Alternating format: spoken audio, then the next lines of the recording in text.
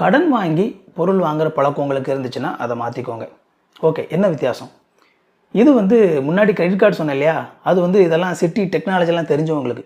நம்மளுடைய வீடியோவை சிட்டியில் உள்ளவங்க மட்டும் இல்லை, வில்லேஜ் உள்ள நிறைய பேர் கூட பார்க்குறீங்க. ஒருவேளை நீங்கள் கிரெடிட் கார்டு மூலமாக வாங்க மாட்டீங்க, ஆனால் உங்கள்கிட்ட ஒருவேளை இன்னொரு பழக்கம் இருக்கலாம். கடன் வாங்கி வட்டிக்கு வாங்கி பொருள் வாங்கக்கூடிய செலவு பண்ணக்கூடிய பழக்கம். இந்த பழக்கம் இருந்தாலும் இமீடியட்டாக மாற்றிக்கோங்க. வட்டிக்கு வாங்கி செலவு பண்ணுறதுக்கும் கிரெடிட் கார்டு மூலமாக செலவு பண்ணுறதுக்கும் பெரிய அளவில் எந்த ஒரு வித்தியாசமும் கிடையாது. வட்டிக்கு வாங்கும்போது நீங்கள் ஒரு ஆள்கிட்ட வாங்கி செலவு பண்ணுறீங்க, கிரெடிட் கார்டில் பேங்க்கிட்ட வாங்குறீங்க, அவ்வளோதான் வித்தியாசம். ஆனால் அந்த 2 பேர்கிட்டையுமே ஒரு மோசமான பழக்கம் இருக்குது. என்ன அப்படின்னா, எப்படியாவது இந்த மக்களை கடன்காரன் ஆக்கிடணும் அப்படிங்கிறது தான். கொஞ்ச நாளைக்கு முன்னாடி நான் சாதாரணமாக ஒரு ரோட்டு கடையில் நின்று ஒரு வடை சாப்பிட்டுக்கிட்டு இருந்தேன்.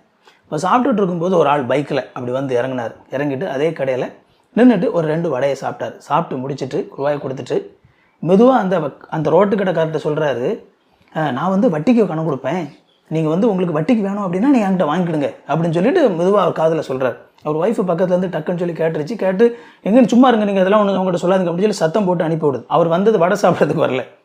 இந்த மாதிரியான ஆட்களை மேனிப்புலேட் பண்ணி அவங்கள டெம்ப்ட் பண்ணி கடனை வாங்கி வைக்கிறது தான் இவங்களுடைய வேலை.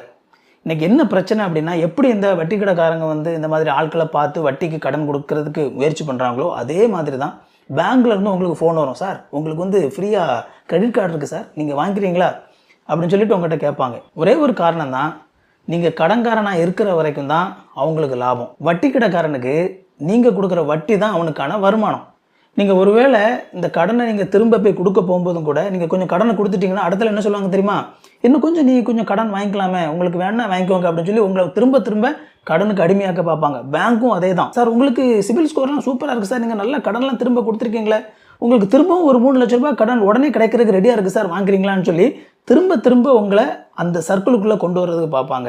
ரீசன், நீங்கள் கொடுக்குற வட்டி அவங்களுக்கு வருமானம். நீங்கள் வட்டி கொடுத்துட்ருக்கிற வரைக்கும் தான் அவங்களுக்கு லாபம். அதனால் தயவு செய்து இந்த மாதிரி கடன் வாங்கி செலவு பண்ணக்கூடிய, கடன் வாங்கி பொருள் வாங்கக்கூடிய பழக்கம் கிட்ட இருந்துச்சு அப்படின்னா நீங்கள் உங்களை மாற்றிக்கோங்க.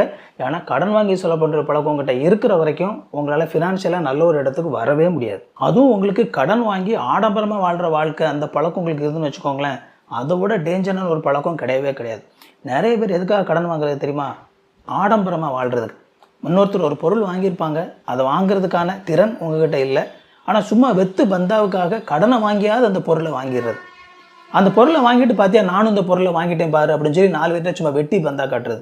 இந்த மாதிரி ஒரு பழக்கத்துக்காக கடன் வாங்குற ஒரு பழக்கம் உங்கள்கிட்ட இருந்தது அப்படின்னா இட்ஸ் வெரி டேஞ்சரஸ். இந்த பழக்கம் உங்களை மட்டும் இல்லை, உங்களோட ஜெனரேஷன் சந்ததியுமே முழுக்க அழிச்சிடும். அவங்களே கூட எழும்ப முடியாத அளவுக்கு அவங்கள கடனில் அழுத்தக்கூடிய அளவுக்கான டேஞ்சர்லாம் இதில் உண்டு. எனக்கு ஒன்றும் ரொம்ப வயசாகலை, ஆனாலும் இந்த வயசுக்குள்ளேயே நான் இந்த மாதிரி வீண் ஆடம்பரத்துக்கு கடன் வாங்கி செலவு பண்ணி அழிஞ்ச குடும்பங்களை பார்த்துருக்கேன். கடன் வாங்கி பிரியாணி சாப்பிட்றத விட கடன் இல்லாமல் நிம்மதியாக கஞ்சி குடிக்கிறதாங்க சந்தோஷமான வாழ்க்கை.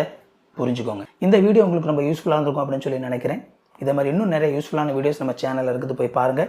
இந்த வீடியோ பிடிச்சிருந்தா அந்த வீடியோவை லைக் பண்ணுங்கள். இது வரைக்கும் சேனலை சப்ஸ்கிரைப் பண்ணல அப்படின்னா சேனலை சப்ஸ்கிரைப் பண்ணிக்கோங்க. உங்களுக்கு நோட்டிஃபிகேஷன் வேணும்னு நினச்சிங்க அப்படின்னா அந்த பெல் பட்டனை கிளிக் பண்ணிக்கோங்க. இன்னொரு சூப்பரான வீடியோவில் சந்திப்போம் friends. Thank you. God bless you.